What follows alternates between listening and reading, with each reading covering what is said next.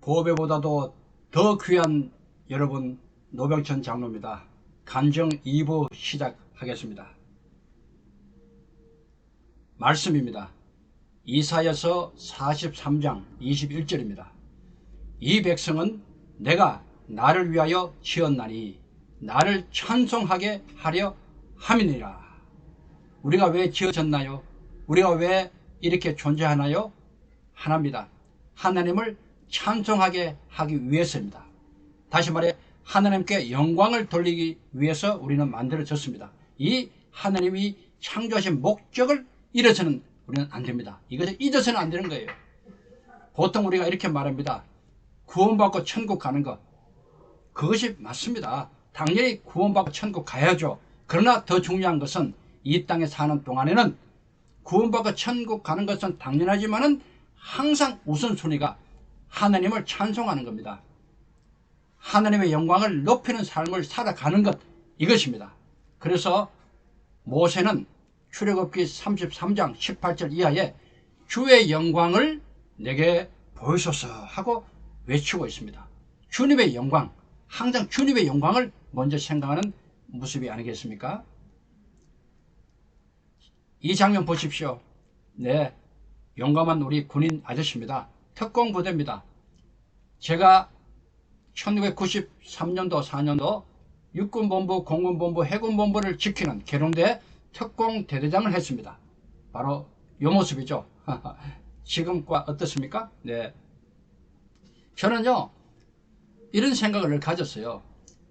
하나님, 제가 어느 위치까지 갈지는 모릅니다. 그러나 어느 위치에 있든지 제게 맡겨진 영혼들, 제게 맡겨진 사람들을 지옥 가지 않게 해달라고, 천국 가게 해달라고, 그로써 하나님의 영광이 드러나도록 해달라고 이런 기도를 계속 했습니다. 제 모든 삶의 중심이 바로 그런 것이었어요. 그래서 소대장 할 때도 그렇고 중대장 할 때도 그렇고 지금 대대장 할 때, 지금 저 순간에 어떤 고민을 했는가 하면, 하나님, 저한테는 500명이 일하는 부하가 있습니다. 이 부하들을 지옥 가지 않게 해 주십시오. 이런 기도를 계속 한 거예요. 어떻게 하면 되겠느냐고, 어떻게 하면 되겠느냐고. 그때 성령님께서 또 저에게 길을 열어주셨어요. 방법을 가르쳐 주셨어요. 지금 생각하니까 이건 말도 안 되는 겁니다. 지금은 이렇게 해서는 안 돼요. 예, 지금 세상 트렌드가. 그때는 그것이 글쎄요, 몰라요. 하여튼 이렇게 했습니다. 들어보십시오. 작전 과장을 불렀어요.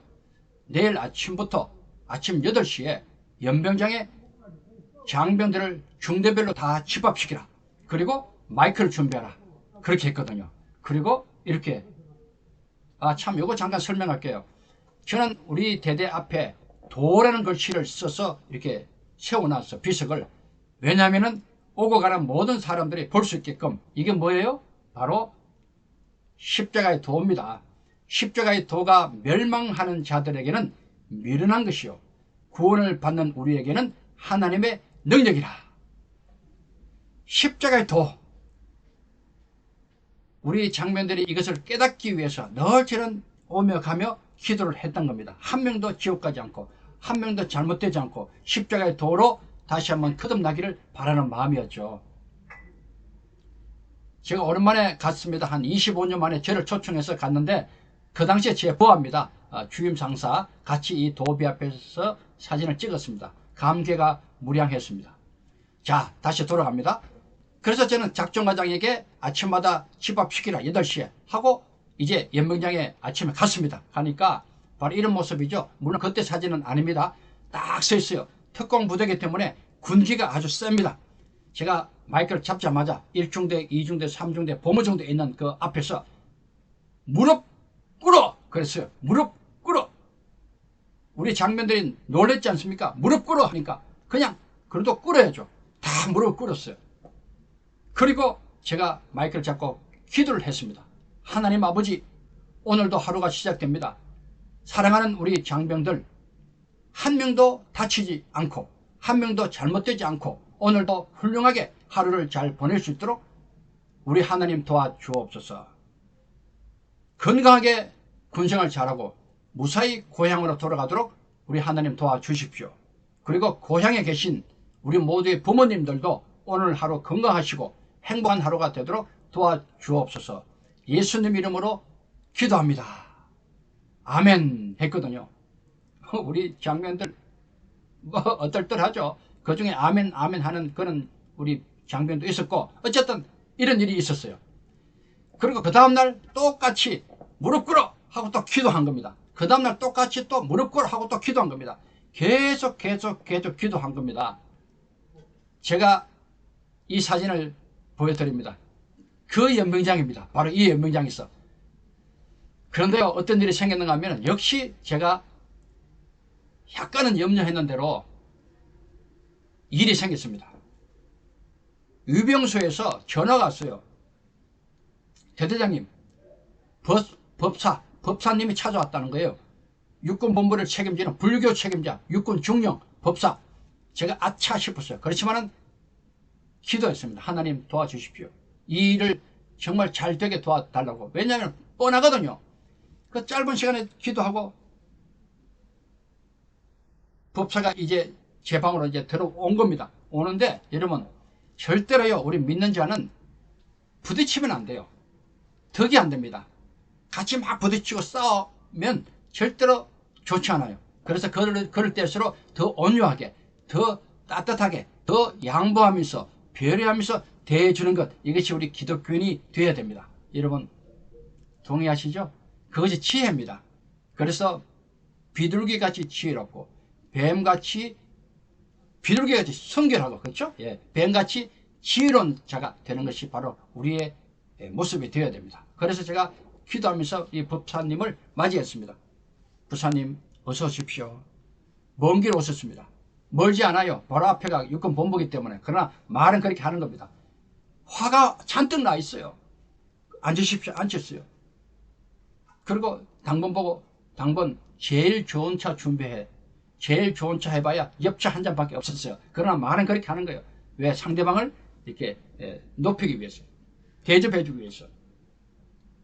누구든지 자기를 중요한 존재라고 여기게 하면 그거보다 좋은 일이 없거든요. 내가 중요한 존재로 여김 받으면 많은 부분이 해결되거든요. 그건 제가 알고 있어요. 그래서 법사님을 그렇게 한껏 제가 높여드린 겁니다. 그것이 지혜로운 겁니다. 차를 들이고 있는데 이분이 그냥 막 토해내는 거예요. 얼마나 화났겠어요. 대대장 말도 막 그냥 끊어요. 반말 비슷하게. 같은 중령인데 어떻게 그럴 수 있냐. 아침마다 어떻게 기도하고 그냥 소리가 막 위에까지 들리고 아침마다 어떻게 기도를 하느냐고 막 그래요. 어떤 일이 있었는가 하면요, 몇 달 전에 전차 대대장 하시는 분이 취임했을 때 이렇게 순시를 하잖아요. 그럴 때 강당 안에 그 전임자가 불교 신자였어요. 그 대대장이 불상을 놔뒀대. 불상. 그걸 보고 이 기독교 신자인 새로 온 대대장이 그걸 발로 차버렸어요. 난리 났죠. 불교 탄압해가지고 엄청나게 매스컴도 타고 해서 결국은 그 전차 대대장이 보직해임 당했습니다. 몇 달 전에. 그런 일이 있었던 거예요. 이 법사가 그것을 알고 막 그 저를 이렇게 쫓아내려고, 이 대대장 직책에서 쫓아내려고 막 소리치는 거예요. 그때 제가 가만히 들었습니다. 여러분 부딪히면 안 돼요. 상대가 화났을 때 막 소리칠 때 같이 소리치면 안 됩니다. 끝까지 듣는 것 참 중요합니다. 끝까지 들었어요. 인내가 필요합니다.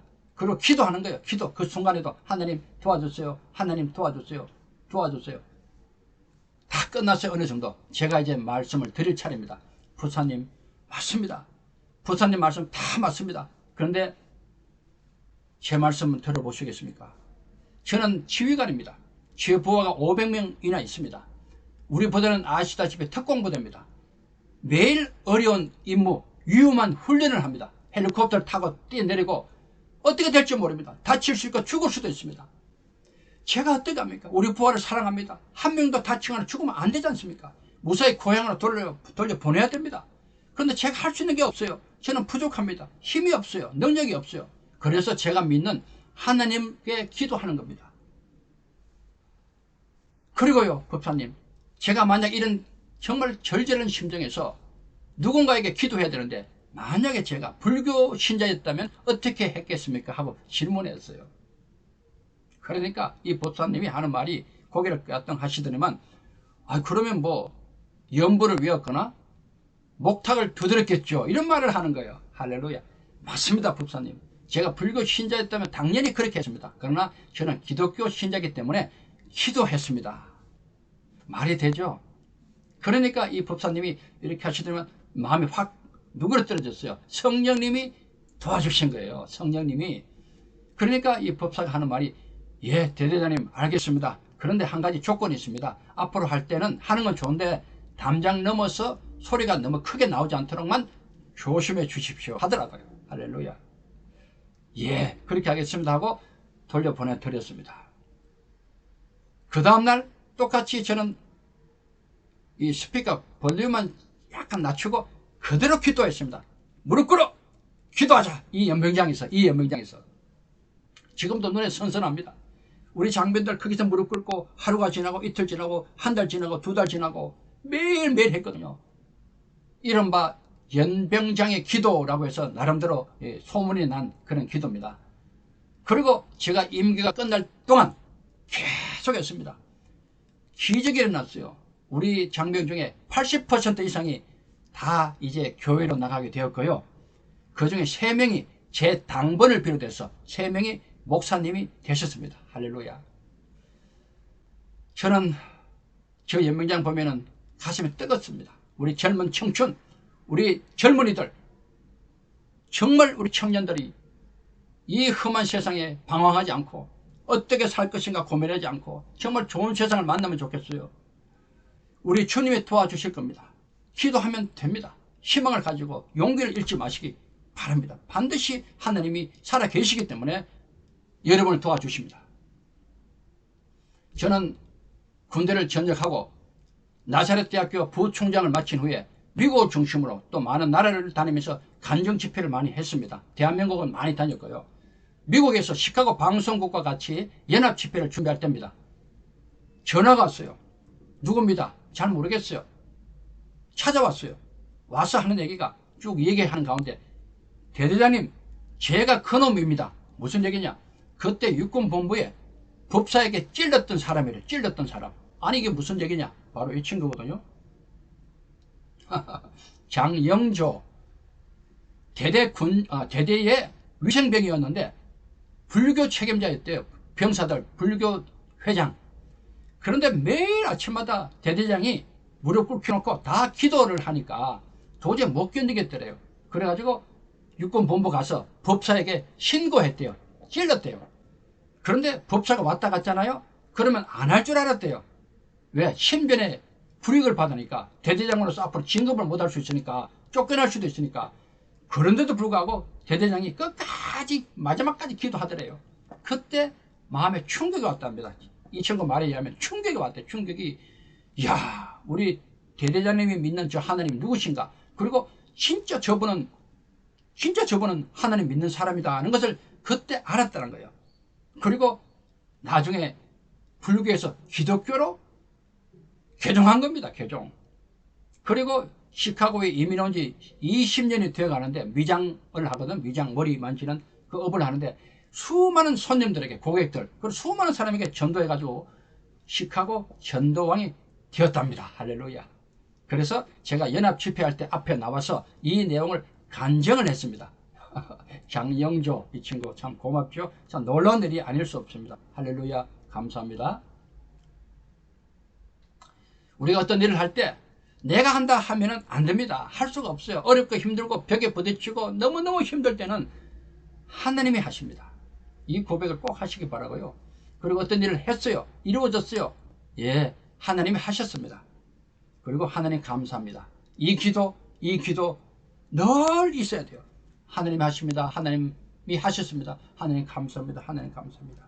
반드시 역사를 하십니다. 제가 이제 연대장을 할 때입니다. 최전방 22사단 철책에서 이렇게 하고 있는데 놀라운 일이 터졌어요. 놀라운 일이. 바로 태풍 누사입니다. 여러분, 이번 여름도 마찬가지고 가을에도 마찬가지고 누사 같은 태풍이 많았잖아요. 그럼 꼭 텔레비전에서는 2002년도 태풍 누사를 언급합니다. 왜? 너무 컸거든요. 제일 셌어요. 강원도 쪽에 특히 피해가 심했습니다. 보십시오. 땅이 다 그냥 파해가지고요. 길이 다 끊겨버렸어요. 심지어 제가 연대장 하는데 우리 대대들이 뚝뚝 떨어져 있거든요. 대대로 가는 길이 다 막혔어요. 그래서 할 수 없이 연명장에, 우리 연대 연명장에 헬리콥터를 갖다 놔두고 헬리콥터에 식량을 실어서 대대로 이렇게 날라주었어요. 그만큼 심각했어요. 그런데요, 북한 쪽에서 심어놓은 쥐레들이 있어요. 쥐레. 이것이 물에 휩쓸려서 남쪽으로 떠내려와요. 얼마나 위험합니까? 그래서 아침마다 각 대대별로 중대장들이 책임지고 쥐레를 발굴하는 그런 작업을 합니다. 왜? 자칫 잘못하면 민간인이 큰 사고를 당하니까. 그렇지 않습니까? 그런데요, 보십시오. 우리 병사들 이제 전방 나가서 이렇게 작업하고 하는데 큰일이 생겼어요. 어느 날 점심시간에 작전과장이 뛰어옵니다. 땀을 빨빨 흘립니다. 연대장님, 사고 났습니다. 왜 그러냐 하니까 쥐레가 터졌다는 거예요. 쥐레가. 얼마나 놀랐어요. 쥐레가 터졌으니까. 나중에 알고 보니까 바로 이 쥐레입니다. 발목 쥐레. 7중대장 김일동 대위가 철조망하고 바닷물 사이에 이것이 걸려 있었대요. 달랑달랑. 그냥 놔두면 이것이 흘러내려와 가지고 민간인이 이걸 건드리면 큰일 나잖아요. 그래서 이것을 안전한 곳에 옮기겠다고 그 달랑달랑 하는 그 물에 있는 이 쥐레, 발목 쥐레, 이걸 들고 나오다가 그만 가슴 요 위에서 터져버렸어요. 나중에 안 것이지만은 5m 정도 공중에 붕 달아가 떨어졌습니다. 이 작은 거지만요, 파편이 700개. 이 쥐레의 파편은 굉장히 날카로워요. 유리처럼. 살갗 안에 다 찢어버립니다. 피가 엄청납니다. 이런 일이 생긴 거예요. 깜짝 놀랐죠. 그래서 우리 연명장에 있는 헬리콥터 제가 뛰어갔죠. 조종사 불러. 조종사가 육군 준이었습니다. 이 사람 태우고 이제 가기 시작했어요. 그 전방으로. 그런데 우리 가족이, 우리 아내가 마침 우리 가족들 그 관사가 물에 다 빠져가지고 밥을 못 먹어서 연대에 모여서 공동으로 식사를 준비하고 있을 때입니다. 그때 제 아내가 이걸 듣고, 이 소식을 듣고 가족들을 전부 다 연대교회, 베텔교회에 집합시켰어요. 그리고 이 소식을 듣고 젊은 중대장 살려달라고 하나님께 이 기도를 하기 시작했어요. 종교와 관계없죠. 여러분, 유일한 중보자는 우리 예수님 한 분이십니다. 그러나 두세 사람이 모여서 우리 하나님께 기도하면 반드시 거기 계신다고 했잖아요. 그래서 기도하는 겁니다. 우리는 모여서 기도하는 겁니다. 저는 헬기 타고 가고 있고요. 그런데요, No Flying Line 해가지고 NFL, 더 이상 들어갈 수 없는 라인이 있어요. 상부에 보고를 해야 돼요. 북쪽에 가까워 가니까. 이 조종사가 가지 않겠다는 거예요. 이제 보고가 안 됐으니까. 맞죠? 교정사가 맞아요. 그런데 제 마음이 그렇지 않잖아요. 빨리 가야 되잖아요. 한시가 급하잖아요. 들어갑시다. 안 됩니다. 들어갑시다. 안 됩니다. 위에서 그냥 신강의를 하는 거예요. 위에 공조시에 떠가지고. 제가 특단의 결심했습니다. 여러분, 어쩔 수 없는 경우가 있잖아요. 구원총을 빼들었습니다. 그리고 들어가시오. 내 군생활 여기서 접겠어. 사실 저는 그런 마음이 있었어요. 저는 항상 제가 어떤 일을 하다가 그만둘 생각을 늘 하고 있어요. 왜? 그것이 주님이 원하시는 뜻이라면. 더 높이 올라가는 건 물론 저도 바라죠. 장군도 되고 싶고. 그러나 그것이 주님의 뜻이 아니면 저는 괜찮아요. 다 저는 주님의 주권을 받아들이는 그런 마음이 늘 있거든요. 그러니까 조종사가 들어갔어요. 앞으로 가서 보니까 저 밑에 보이는데 중대장이 피가 다 터져나가고요. 군의관이 마침 있어서 모든 헝겊조각 갖고 와서 위에 덮고 있는 거 덮고 피가 다 그냥 터져가지고 온통에 피바다입니다. 아찔하더라고요. 내려서 제가 뛰어갔어요. 보니까 역시 그냥 그런 상태예요. 여러분, 이런 처참한 장면 인생에 있어서 안 보시기 바랍니다. 그 끝까지 트라우마로 남습니다. 제가 김일동 대위를 껴안고 헬기를 탔습니다. 기독교 신자입니다. 29되는 약혼녀가 있는 젊은 청년입니다. 앞결이 창창합니다. 이제 죽으려고 그럽니다. 너 주여 외쳐. 주여 외쳐. 의식을 잃으면 안 되잖아요. 그래서 이 친구가 주여 주여 그러더라고요. 강릉 군인병원으로 헬기를 빼기 시작했어요. 계속 주의하다가 이제 목소리가 없어지는 거예요. 왜? 피를 너무 많이 흘렸어요. 의식이 없어지는 겁니다. 강릉 군인병원에 도착하니까 미리 연락받은 군의관들이 다 나왔어요. 병원장하고 12명이. 보더니만 하는 말이 연대장님 끝났습니다. 그래요. 끝났다는 거예요. 제가 봐도 끝난 것 같아요. 얼굴이 벌써 하얗게 피가 하나도 없는 것 같아요. 군의관들이 다 포기했어요. 저는 그때 마음속에 하나님 아닙니다. 살려주셔야 됩니다. 생명은 하나님 것입니다. 그래서 제가 이런 말 했어요. 당신들 함부로 말하지 마. 끝났다고 말하지 마. 그리고 빨리 다시 빼. 어디로? 강릉 아산병원, 민간병원이요. 정주영 회장이 세운 병원. 헬기를 빼려고 하니까 갑자기 이게 참 마음이 어떻게 그럴지 몰라요. 구름이 끼네. 구름이 그 바쁜 시간에 헬기가 못 뜨는 거예요. 앰뷸런스 타고 제가 강릉 아산병원으로 가기 시작했어요. 그때 김일동 대위를 껴안고 하나님, 생명은 하나님 것입니다. 이 젊은 생명 살려달라고 기도하고 갔어요. 아산병원 도착하니까 의사 2분이 나와 계세요. 이분들이 하는 말이 안 됩니다. 끝났네요. 그분들도 그러는 거예요. 그때 제가 마음에 아닙니다. 하나님이 살려주십니다 하고 밀어 넣어버렸어요. 책임자를 그냥 밀어 넣었어요. 그리고 응급실 앞에서 무릎 꿇고 기도하기 시작했어요. 하나님 기적을 보여주십시오. 하나님 기적을 보여주십시오. 죽은 자를 살리셨던 우리 하나님, 우리 예수님 도와주십시오. 막 기도했어요. 연대교회에서는 군인 가족들이 그렇게 울부짖고 기도하고 있고, 저는 그 응급실 앞에서 기도하고 있고, 여러분 기도의 역사는 엄청납니다.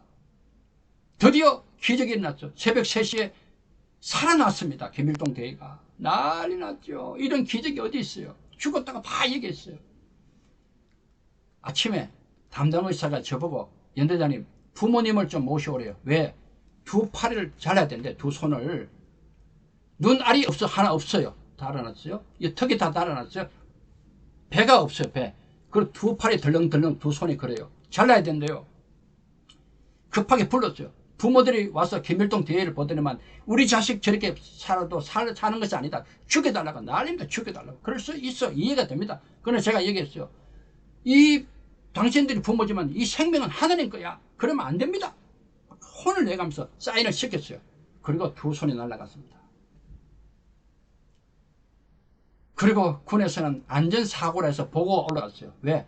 잘못만 쳐가지고 터져가지고 사고가 났으니까 잘못했다는 거예요. 이 중대장이. 어떻게 보면 맞죠. 그러나 그렇지 않잖아요. 저는 너무 마음이 아팠어요. 이렇게 되면 이 청년 장교는 군에 와서 모든 명예를 다 잃어버리고, 불명예, 그리고 몸을 다 잃어버리고, 장래 미래도 다 잃어버리고 돌아가는 거예요. 저는 그것이 마음이 너무 아픈 거예요.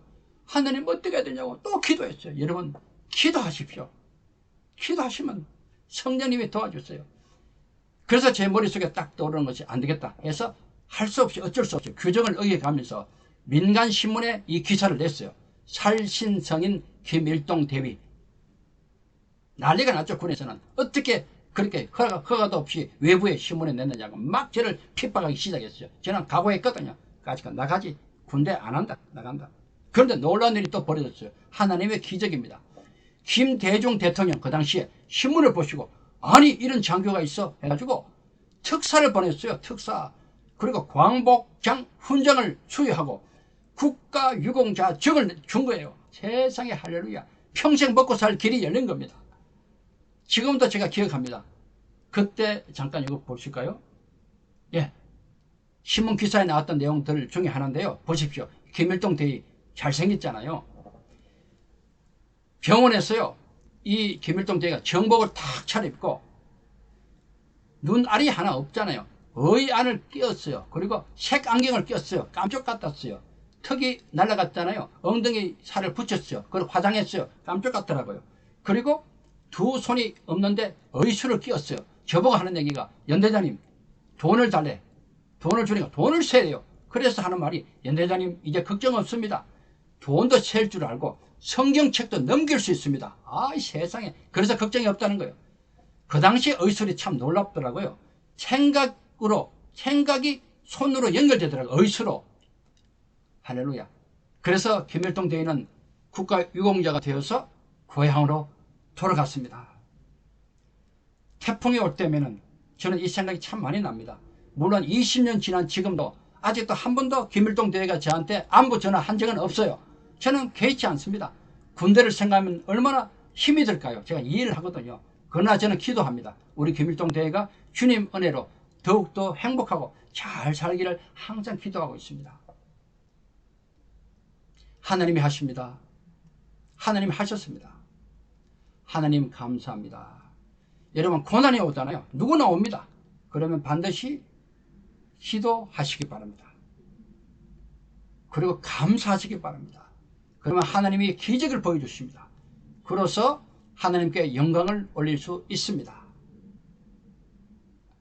저는 이 말씀이 참 좋아요. 로마서 14장 18절 이로써 그리스도를 섬기는 자는 하나님을 기쁘시게 하며 사람에게도 칭찬을 받느니라. 우리 믿는 자는 두 촉을 잘 유지해야 됩니다. 하나님을 믿는다 해서 사람을 무시하면 안 돼요. 사람에게 욕먹으면 안 돼요. 그런 사람이 가끔 있잖아요. 절대로 그러면 안 돼요. 사람에게도 잘해야 돼요. 칭찬받는 삶을 살아야 돼요. 더 나아가서는 존경받는 삶까지 산다면 더 좋은 거예요. 그럴 때 하나님이 기뻐하시고 그를 통해서 하나님이 영광을 받아치는 겁니다. 두 축 잊지 마십시오. 하나님을 기쁘시게 하는 삶, 그리고 사람들에게도 칭찬받고 존경받는 삶으로 사는 우리 모두가 되면 참 좋겠습니다. 오늘도 주님의 은혜가 넘치기를 바랍니다. 우리의 삶의 목적은 하나님을 찬송하는 겁니다. 그리고 늘 주님의 영광을 위해서 우리는 살아가야 될 사람들입니다. 하나님께 영광 돌리는 삶 오늘도 계속되기를 바랍니다. 여러분 사랑하고 축복합니다. 할렐루야.